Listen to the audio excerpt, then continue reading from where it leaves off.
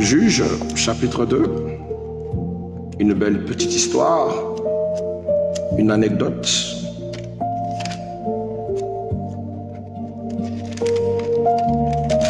J'aime toujours rappeler que ce livre de loi ne s'éloigne pas de toi.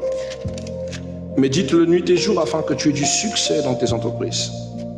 Il y a une bénédiction que partage la parole de Dieu.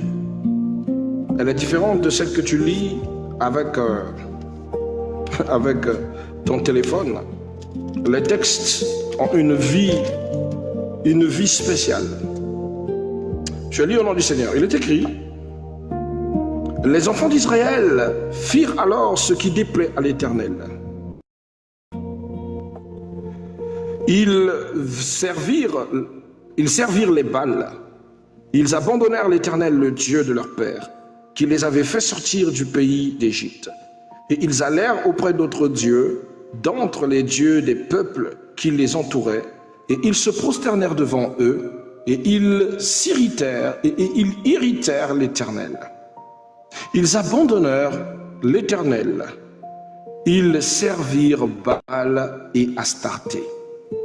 Voilà les enfants d'Israël, bien-aimés, qui, au contact de la proximité avec les autres peuples, en ayant ouvert un vent assez diplomatique, en acceptant la différence des autres, en étant tolérants, se sont laissés investir par une culture qui n'est pas la leur. L'adoration envers d'autres divinités. Souvent, nous minimisons ce que la proximité des autres, différents de notre croyance, peuvent avoir sur nous. Vous savez, quand j'étais un peu plus jeune, mon père s'est converti à l'islam. Et j'aimais beaucoup aller prier avec lui, au point même que j'ai déjà été initié, même que j'avais ce nom, un nom islamique. Mais Dieu a voulu, dans son amour, me rattraper et me ramener à la raison. Mais je passais déjà beaucoup de temps dans ce milieu et j'étais déjà connu par les grandes familles islamiques de la grande mosquée de Kouba. Et je passais beaucoup de temps là-bas. Beaucoup, au point où j'avais un cœur séparé entre ma foi et l'islam. Je ne savais pas quoi choisir, au point où j'aimais beaucoup l'islam à cause de la droiture, à cause de la sévérité, à cause de la discipline des prières, chose que je ne trouvais pas dans la foi chrétienne.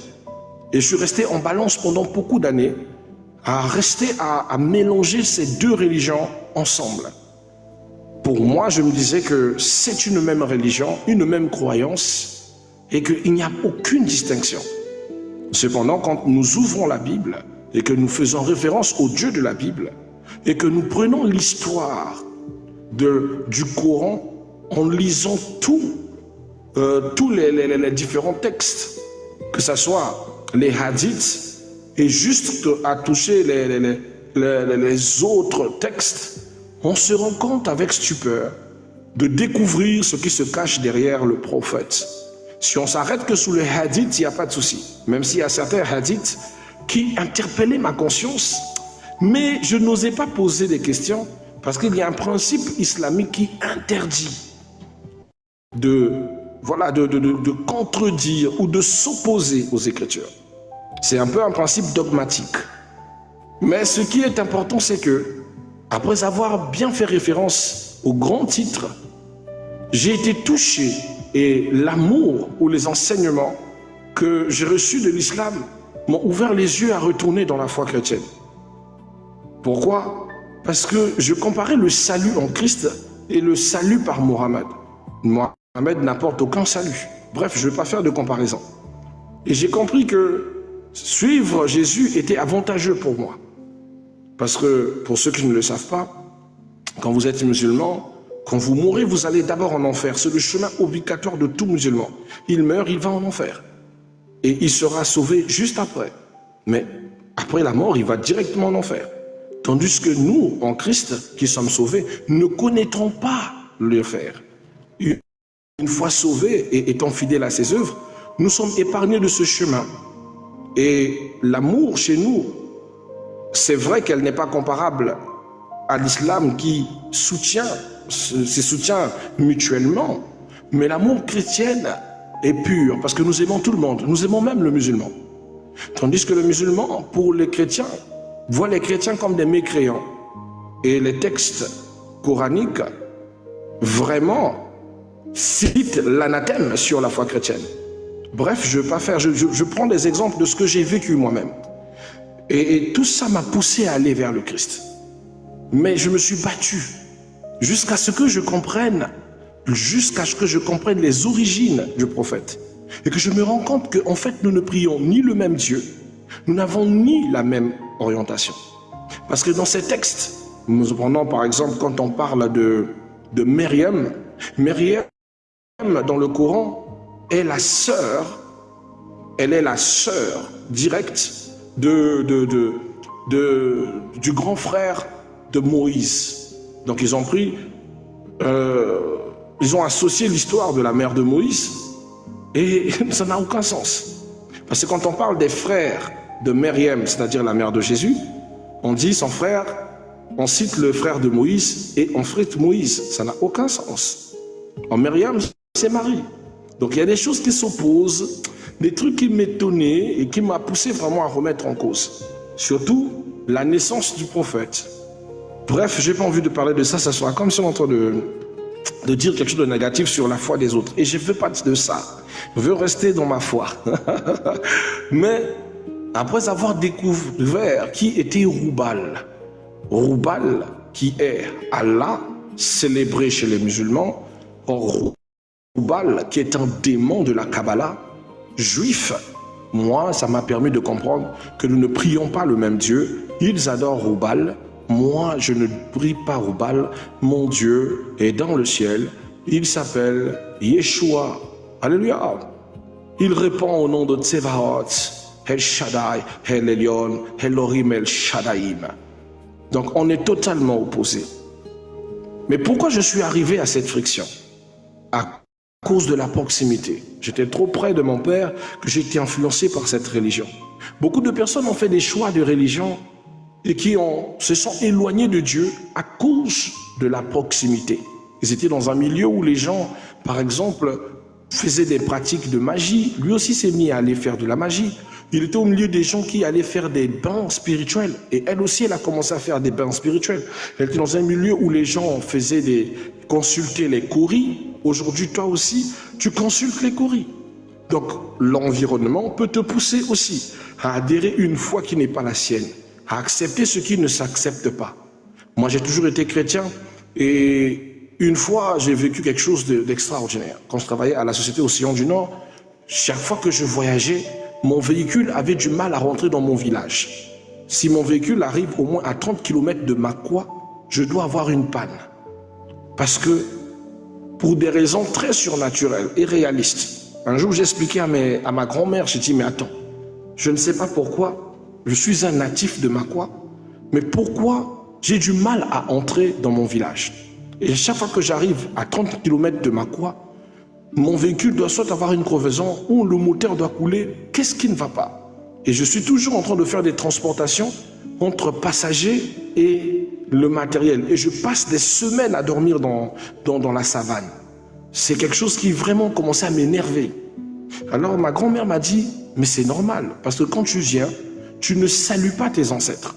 Tu ne dis pas des paroles à tes ancêtres. Prochainement, quand tu vas arriver et que vous arrivez à 30 km, que vous vivez ce genre de situation, autant que natif sort, pose la main sur ton véhicule, prends de l'eau ou du jus, verse à même le sol, parle à tes ancêtres et dis, je me présente, je suis un tel, fils d'un tel, donnez-moi le droit d'entrer dans ma... Donc ils vont te donner ce droit. Bien aimé, ce qu'ils disent est réel. Quand j'ai posé la question, mon chauffeur m'a dit la même chose. Il m'a dit, toi tu es normalement natif d'ici, moi je suis de l'autre côté. Je ne peux pas comprendre que tu es de ce village et à chaque fois qu'on arrive de ce village ne veut pas te recevoir. Et pourtant c'est ton village natal. Ça n'a aucun sens. Vous voyez la proximité. Ayant consulté ces deux personnes, je me suis senti dans l'obligation de faire comme ils attendent de moi. Et dans le bus, il y avait beaucoup de personnes qui disent « Oh mais il y a quoi? Qu'est-ce qui se passe? Ça fait 3 fois qu'on prend ce bus, il y a toujours la panne, toujours au même endroit, toujours à 30 km. Pourquoi? Il faut que vous parliez. Il n'y a pas un natif ici, chauffeur. Entre vous deux et le contrôleur, qui est le natif de Makwa? C'est moi. Ils m'ont dit, natif, sors, va parler à tes ancêtres. J'ai dit jamais. Il y a quelque chose de pas bien là. Mais je sentais quelque chose en moi qui voulait faire cette pratique. Je suis sorti avec ma bouteille d'eau. Je regardais le ciel. J'ai dit, Seigneur, je suis natif d'ici, mais soumettre mon entrée dans ce territoire parce que ça appartient à mes ancêtres, en invoquant mes ancêtres, c'est jamais. Je soumets cette route. Si vraiment tu es Dieu au-dessus des forces ancestrales, si tu es vraiment le Dieu qui m'a béni et qui m'a établi serviteur, Seigneur, que le moteur là reprenne son cours et que je rentre enfin dans le village natal de ma mère. Ça fait longtemps que je ne suis pas y arrivé. J'ai pris de cette eau, j'ai béni la route et j'ai versé sur le véhicule. J'ai demandé au chauffeur démarre. Il m'a dit écoute, le moteur a coulé. J'ai dit démarre. Il voulait refuser. J'ai crié sur lui, il a démarré. Le véhicule a lancé sur le champ. Tout de façon naturelle, comme s'il n'y avait aucun problème. Je suis remonté sur le véhicule. Nous sommes partis et nous sommes enfin rentrés dans ma ville natale. Souvent, l'environnement te poussera à faire des choses, te pousser à l'idolâtrie, à aller vers d'autres dieux, à t'éloigner du Dieu de la parole, à vénérer ce qui n'est pas ce qui te concerne. Je suis certes un natif de Makwa, mais je n'ai pas à adorer les dieux de mes ancêtres, encore moins mes ancêtres. Je respecte mes ancêtres, sans pour laquelle je ne serais pas là. Mais n'empêche que ma foi, il est christocentrique. Et la Bible dit, seul Dieu tu adoreras. Ou il est mon Dieu, ou il cesse d'être mon Dieu.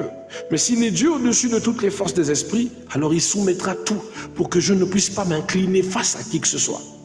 J'ai refusé, mais ce n'était pas un choix facile. Je sentais l'appel de mes ancêtres en moi, vouloir parler et faire les choses traditionnellement. Ce n'est pas des choses que je ne savais pas, que je sais, mais que je me suis abstenu. La pression du chauffeur, la pression des passagers m'auront pu pousser à commettre ce genre de choses. Combien de fois, toi, quand tu vas dans ton village, tu tombes dans des pratiques ancestrales et tu t'étonnes d'être bivalente ou encore de te retrouver à adorer deux pratiques dans ta vie et d'avoir des réclamations familiaux. Parce que quand tu vas en famille, c'est toi qui portes le raffia, c'est toi qui danses les danses de la honte, tu fais des rituels.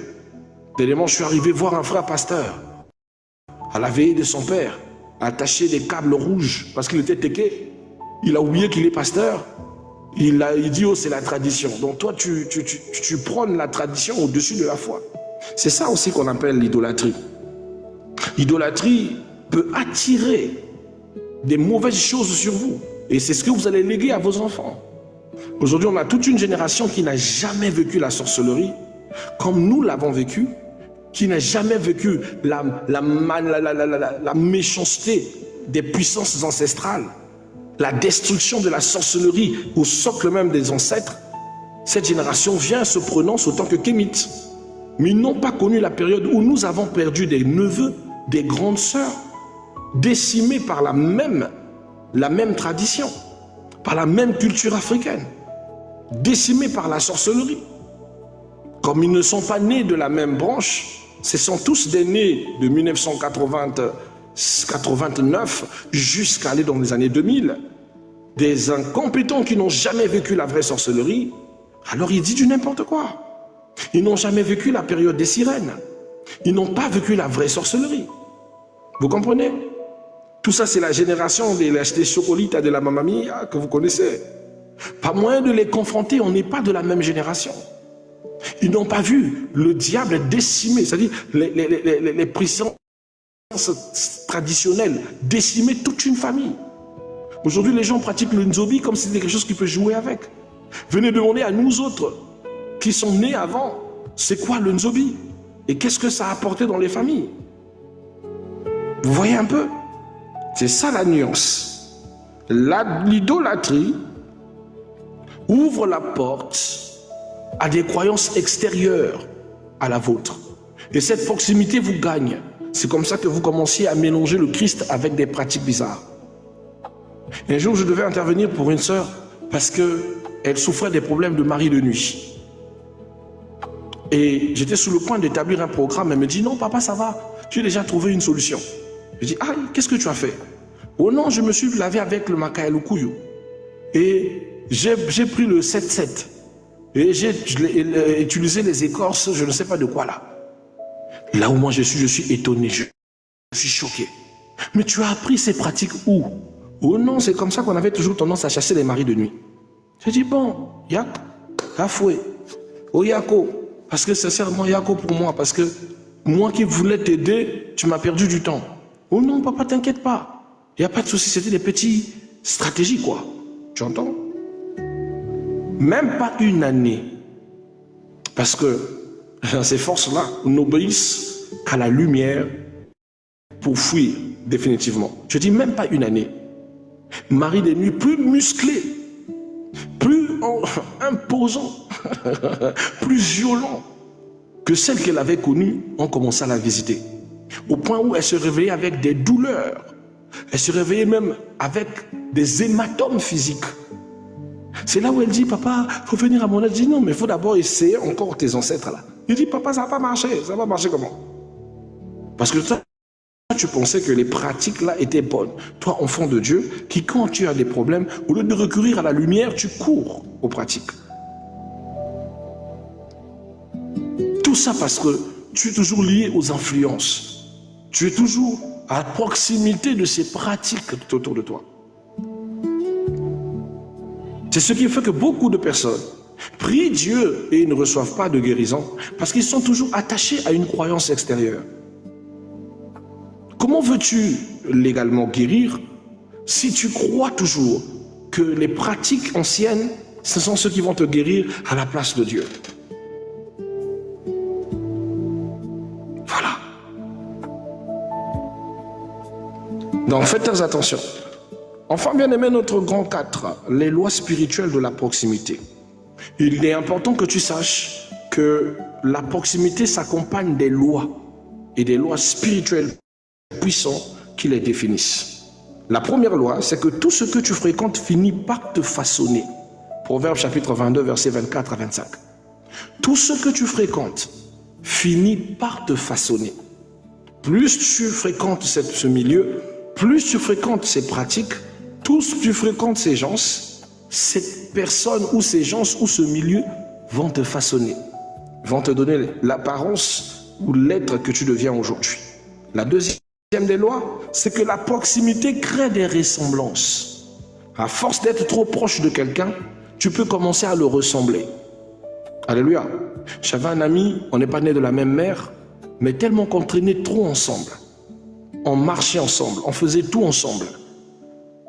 Tellement qu'il était trop avec moi que j'ai fini par déteindre sur lui. Au point où, si on nous voit, vous allez penser qu'on est tous nés de la même mère. Avant, il était pas clair, il était sombre. Maintenant, il est devenu Malte comme moi. Il parlait maintenant comme moi. Vraiment, on te dira que c'est mon frère biologique. Or, ce ne l'est pas. La ressemblance peut être aussi dans le comportement. À force de côtoyer quelqu'un, tu peux avoir maintenant son train de vie, sa façon de vivre, sa philosophie. La proximité peut façonner une ressemblance intérieure. Bien aimé, les disciples dans la Bible étaient reconnus comme ayant été avec Jésus. Actes chapitre 4, verset 13. Et un jour, je t'ai parlé de lorsque même Pierre était en train de régner le Christ. La Bible dit, mais à t'entendre parler, tu parles comme le Christ. Même dans son régnement, on reconnaissait la ressemblance qu'il y avait entre Pierre et Jésus. Alléluia. La troisième des lois, c'est que la proximité ouvre des portes spirituelles. Là où tu te mets, qui tu fréquentes, peut devenir une porte hostile ou une porte de bénédiction. C'est toi qui choisis. Car bien aimé, une influence peut transmettre la foi, le courage, la sagesse, mais aussi la peur, la rébellion, l'impureté, le découragement, la sorcellerie. J'ai connu des sœurs possédées parce qu'elle est dans un entourage d'amis, de sorciers. J'ai vu des sœurs devenir des sorcières inconsciente à cause des amis. Donc toi, tu sais pas, c'est ton ami, vous dormez souvent ensemble. De temps en temps, il te dit, apporte-moi d'abord ton pull. Toi aussi, tu lui donnes ton pull ouvert. Sans savoir que cette proximité que tu as créée t'a initié dans le monde des esprits. Tu viens, tu le trouves à manger, en train de manger, c'est toi qui va vite mettre tes doigts dans son assiette. Sans savoir que ce jour-là, tu as mangé la chair humaine. Ou tu as mangé une chair satanique. Et depuis, tu as été initié. Dans mon parcours, j'ai tellement délivré ce genre de personnes. Des genres de frères envoûtés, des sœurs initiées à la sorcellerie. Quand elles parlent elles-mêmes, elles ne savaient même pas qu'elles étaient sorcières la nuit.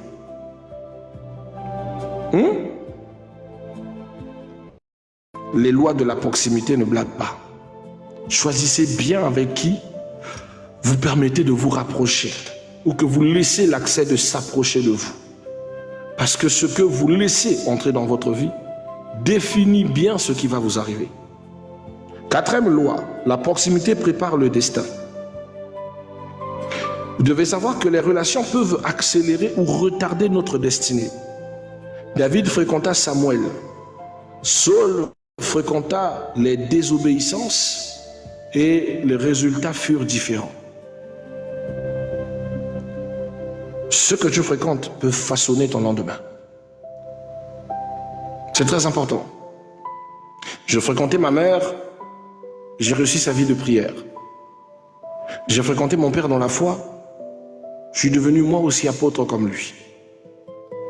Ce à quel tu t'attaches façonne ta destinée et même ton chemin. Il y a des personnes où tu rentres dans leur famille en qualité d'amis sans savoir que c'est dans leur même famille que tu trouves un mari, que tu trouves une connexion, que tu trouves même tout. C'était une simple amitié, mais qui t'a ouvert la porte au mariage, la porte au travail, la porte à plein de choses. Dans certaines fréquentations, sont des fréquentations qui bénissent. Choisis bien avec qui tu te tisses des liens d'amitié. Amen. Alléluia. Alors il se fait un peu heure avancée. Je pense qu'on va s'arrêter là pour aujourd'hui. Que Dieu vous bénisse. Merci de votre patience. Merci de me prêter vos oreilles. J'espère que nos petits enseignements vous apportent du bien. Faites attention à votre entourage, au choix que vous prenez. Des fois, je suis très choqué d'entendre quelqu'un qui dit « Papa, depuis que je suis prière et partage, ma vie de prière va d'excellence en excellence. Et je suis mieux recentré. Voici ce que je vis et voici ce que je vois comme fruit dans ma vie. » Pourquoi il dit ça? C'est la proximité. La proximité pousse à produire des résultats concrets dans la vie d'une personne. Quand une personne est animée par un esprit de Dieu, vous le saurez par les fruits qu'il fera naître en vous. Les fruits d'une discipline, d'une paix, d'une grâce, d'une faveur, d'un rapprochement continu avec Dieu, mais aussi des résultats fulgurants dans votre parcours. C'est là que vous saurez que vous marchez réellement dans le chemin d'un serviteur de Dieu, de quelqu'un envoyé par Dieu.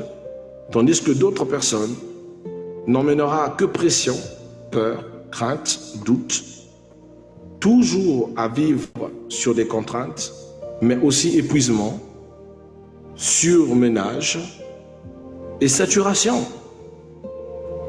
Alors faites attention.